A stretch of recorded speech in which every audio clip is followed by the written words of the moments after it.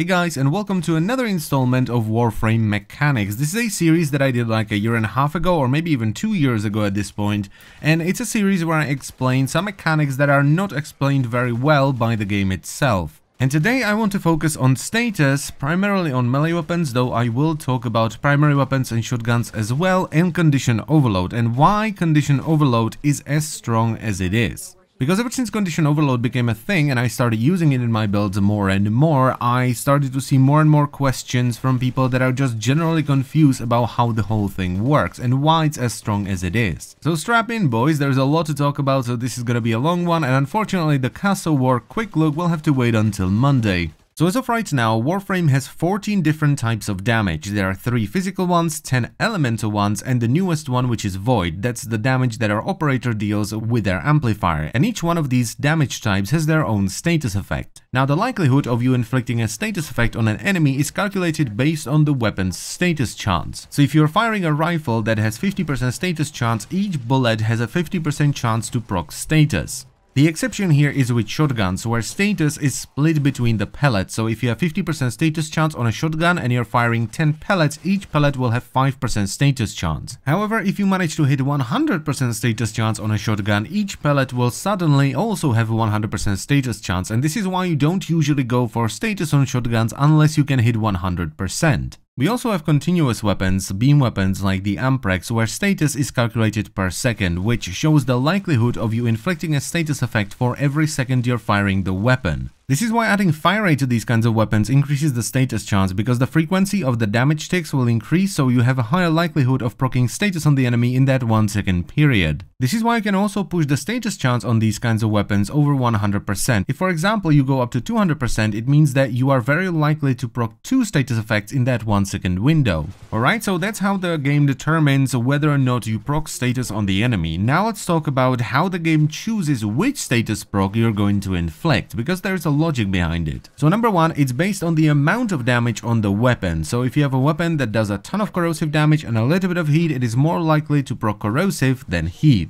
And number two, the physical damage types, so impact, slash, or puncture, or what I will refer to from now on as IPS, are 4 times more likely to be inflicted on the enemy than the elemental ones. So if you have a weapon that has an equal amount of slash and corrosive damage, it is 4 times more likely to proc slash than corrosive. But this rule only applies if you're combining physical and elemental damage. If you have a weapon that just has physical damage or just has elemental damage, it is based solely on the amount of that damage on the weapon. So if for example you have a weapon that does 50 slash damage, 25 impact damage, and 25 puncture damage, when you hit an enemy and you proc status, there's a 50% chance it's gonna be slash, 25% chance it's gonna be puncture, and 25% chance it's gonna be impact. Now here's a question that I get asked a lot, mostly by newer players, and it's why would you put elemental damage on a weapon that doesn't have a lot of status? So here is why. You don't need to proc status to deal elemental damage. If for example you add infected clip onto a rifle, that rifle will have added toxin damage. You don't need to proc status for that toxin damage to happen. But anyway, that's basically everything about how the game determines which status effect you are going to inflict on the enemy. Now there are of course exceptions to this. The new Hunter Munitions mod springs to mind, which will give you a 30% chance to inflict a slash proc on the enemy on a critical hit. Now the different status effects that are in the game as of the time of recording of this video are impact, which will knock the enemy back and stagger them for a moment,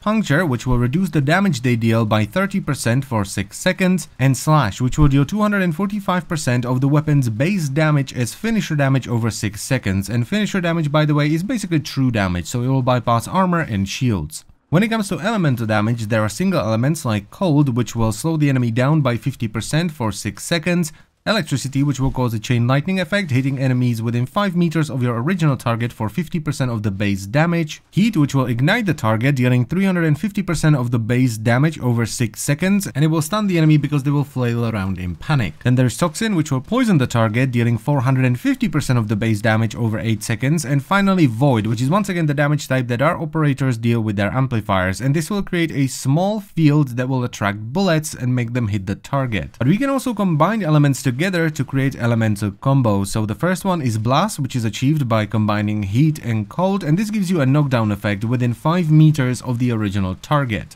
Then there is corrosive, which is achieved by combining electricity and toxin, and this will corrode the target's armor, reducing it by 25%, and it's permanent. Now, the corrosive effect actually becomes worse the more you proc it on a single enemy, because when you proc corrosive on the enemy, the amount of armor they have left after the corrosion becomes the new base, so you then remove 25% of that, which then becomes the new base, of which you remove 25% with the next proc, and it just gets worse and worse and worse until they have no more armor. So the first corrosive proc on the enemy is going to be really strong, and it's going to remove a ton of armor, but it just gets worse and worse the more you proc it. Then there is gas, which is achieved by combining heat and toxin, and this will cause a poison cloud within 5 meters of the targeted enemy, where all enemies will be affected by a toxin proc. Now, the damage of the toxin proc, damage over time effect, is actually calculated based on the amount of toxin damage that's contributing to the gas damage. So while adding in more heat damage will result in more gas damage being done by the weapon, if you want to increase the damage over time effect from gas damage, you need to add toxin damage. Then there is magnetic, which is achieved by combining electricity and cold, and this will disrupt the target, reducing their shields by 75% for 4 seconds and draining all of their energy as well. Next up, we have radiation, which is achieved by combining electricity and heat, and this will confuse the target, making it attack and be attacked by everything around them. And the final status effect is viral, which is achieved by combining cold and toxin, and this will inflict the enemy with a virus, reducing their maximum health by 50% for 8 seconds. It's also important to mention that the damaging status effects are affected by multipliers, so if you for example headshot an enemy and you proc slash, the damage over time effect of slash will be affected by the headshot multiplier, resulting in more damage.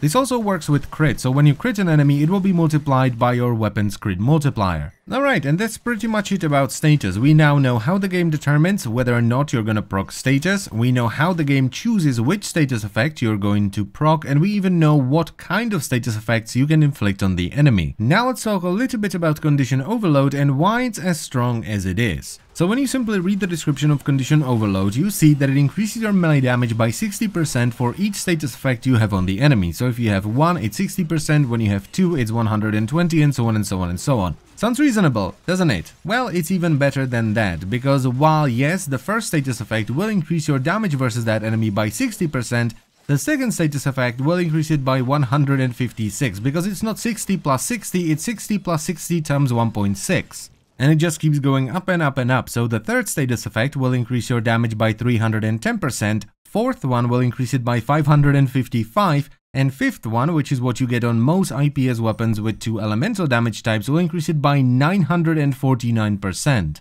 Each status effect you have on the enemy adds more damage than the previous one, so the more status effects, the stronger the mod becomes. Which is why when I was crafting my Zo, poor man's Orthos Prime, I wanted it to have the innate viral damage in addition to IPS, so that I can have 6 different damage types and proc 6 status effects on the enemy to take maximum advantage from condition overload, because if you have 6 status effects on the enemy, your hits are gonna be doing 1578% more damage. This is why we are able to take essentially any melee weapon, no matter how bad it is, as long as it can proc status, put on condition overload and turn it into a sortie-worthy monster. Now it's of course better if the weapon has fast attack speed, so it can proc status on the enemy much faster, stacking the condition overload damage bonus faster.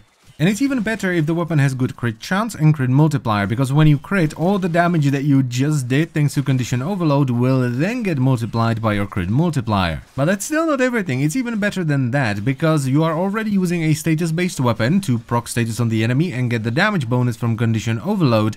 But you also have to remember that the damage scaling is just generic damage, so it scales slash procs as well. So not only are you hitting the enemy incredibly hard with each swing, there's also a pretty good chance you will leave behind a very nasty slash proc as well. And this can happen very frequently if you're smart and choose the right melee weapon, because if we go back to what I explained in the beginning, we know that physical damage procs are 4 times more likely to be inflicted than the elemental ones. But you can tilt the scales even further, because the other thing we talked about in the beginning is that it's based on the amount of damage the weapon does. So we want to choose a weapon that doesn't do a ton of impact and puncture, but does a ton of slash. And that's what you want to do. You want to choose a weapon that does an overwhelming amount of slash damage without removing the other damage types, because those give you a massive multiplier thanks to condition overload. And I think it's also important to mention Taxon, the starter sentinel, who can easily add cold damage to the setup as well, giving you 1 more multiplier. And that's pretty much it for the video. I think I've been rambling for long enough, so I thank you very much for watching. As always, I hope the video was helpful, and I will see you next time. Bye bye.